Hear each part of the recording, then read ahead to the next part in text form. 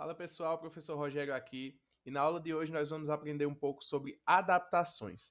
Mas afinal de contas, o que seriam adaptações? Nós definimos adaptação como qualquer característica de um ser vivo que torne ele integrado ao ambiente e que aumente as suas chances de sobrevivência. Por exemplo, nós temos aqui a camuflagem. Ter cores muito parecidas com o ambiente torna esse animal integrado ao ambiente e aumenta suas chances de sobrevivência, como é o caso aqui dessa serpente que nós estamos vendo.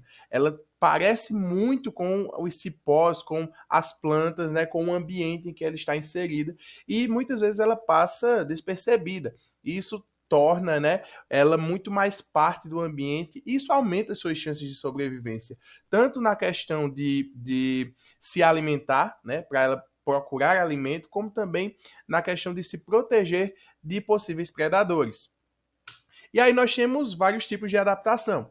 Nós temos adaptações que estão relacionadas a fatores não vivos, como, por exemplo, adaptações a ambientes com baixas temperaturas. É o caso dos ursos polares, por exemplo. Os ursos polares eles possuem uma camada de gordura muito grossa que faz com que eles se tornem isolados, né? Essa gordura ela funciona como um isolante térmico para que esse animal se proteja e não perca tanto calor e possa sobreviver àquele ambiente. Então dizemos que o urso polar está adaptado a baixas temperaturas. Outra adaptação que nós costumamos ver aqui na nossa região, né, nossa região de Caatinga, é a adaptação a ambientes com pouca água. As plantas da Caatinga, elas têm uma característica muito particular. Quando nós passamos pelo período de seca, né, pelo período onde não tem chuva, as plantas perdem as folhas. Isso é uma característica que é uma adaptação dessas plantas. Elas perdem as folhas porque sustentar folhas verdes, né, por muito tempo demanda muita água. E essa água elas não têm disponível o ano todo. Então, no momento em que chove, essas folhas nascem novamente e a gente percebe que as plantas não morrem. Na verdade, elas só deixam suas folhas caírem para esperar o próximo período chuvoso e aí sim essas folhas saírem. Temos também os cactos, né? As plantas que a gente chama de cactáceas, que têm espinhos em vez de folhas, né? As folhas delas foram transformadas em espinhos. E aí elas evitam de gastar tanta água para manter folhas.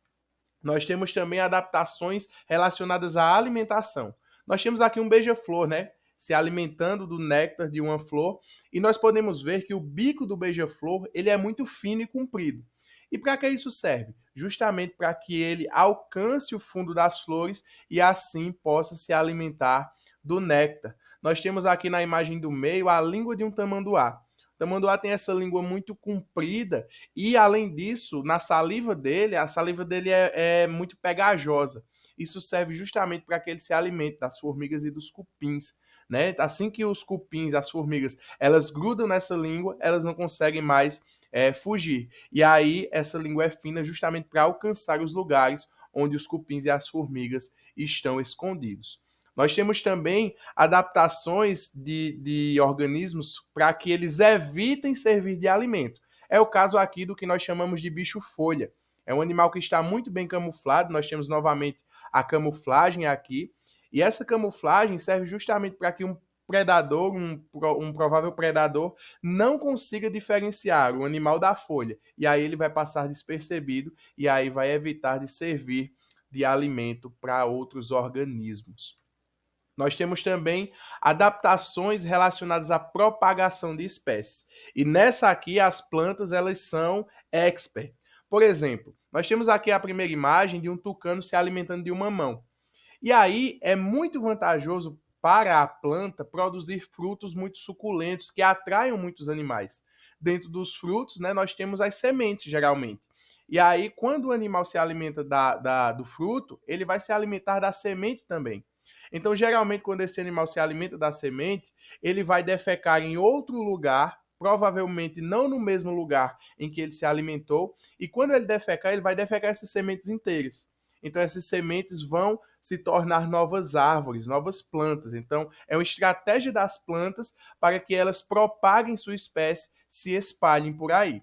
Outro exemplo muito interessante que nós vemos no nosso dia a dia aqui na nossa região é o carrapicho. Nós temos aqui essa imagem aqui do meio, E quem nunca passou por uma planta dessa, ou mesmo quem nunca ficou com um carrapichozinho desse enganchado na perna, ou na barra da calça, enfim, nas suas roupas. Quem nunca viu um animal, né, um gato, um cachorro, com um desse no seu pelo. Isso também é uma estratégia dessa planta. Por quê? Porque quando algum animal passa e aí esse carrapicho ele se prende nesse animal, em algum momento esse animal vai arrancar esse carrapicho, ou esse carrapicho vai cair desse animal em outro lugar longe dessa planta. E quando ele cair, esse carrapicho é justamente a semente da planta que vai se propagar. Então, os carrapichos eles também são uma estratégia que a planta usa para propagar a sua espécie. E outro exemplo também bastante conhecido é o dente de leão. As sementes do dente de leão têm essa estruturazinha branca, né, como se fosse uma espécie de paraquedas. Então, quando bate o vento, essas sementes elas são levadas para longe e aí onde elas caírem, se encontrarem solo adequado, claro, vão propagar também a espécie, vão dar origem a novas plantas. Então nós temos muitas adaptações. Se fôssemos citar mais adaptações, por exemplo, a ambientes frios, alguns animais eles migram, né? Eles saem de suas regiões, procurando outros lugares que têm alimento disponível, alguns hibernam. Enfim, nós temos inúmeras adaptações que tornam os organismos mais integrados a esse ambiente e aumentam as suas chances de sobrevivência. Então, por hoje é isso. Nossa aula fica por aqui. Até a próxima. Valeu!